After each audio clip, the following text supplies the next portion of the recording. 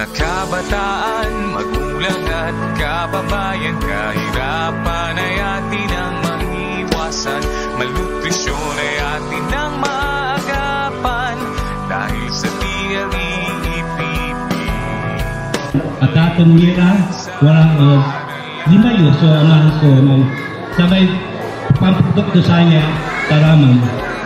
Kanya, isasalamat kami in advance o balang silang sakit sa kayong araban so support tayo isayan iskulaan niya. Ibanar tayo yung iskawalaan niya panaaral-saray at lugar.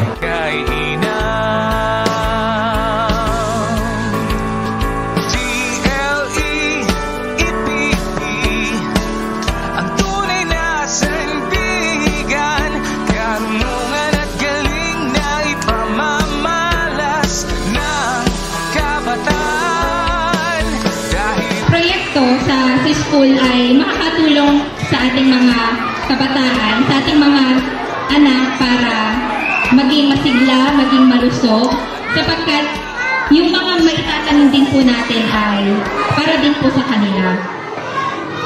At tulungan po natin na ma-maintain yung ating gulayan, hindi lang po sa umpisa, pero hanggang dulo po ma-maintain po natin na maging masagana po yung mga gulay natin.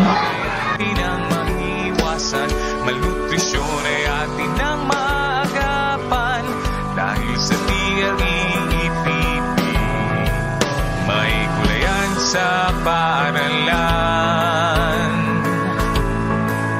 malawak na taniman ay hindi kailangan, lumang gulong balde, bote sa kulang. Saganang gulayan para sa malusog na kabataan.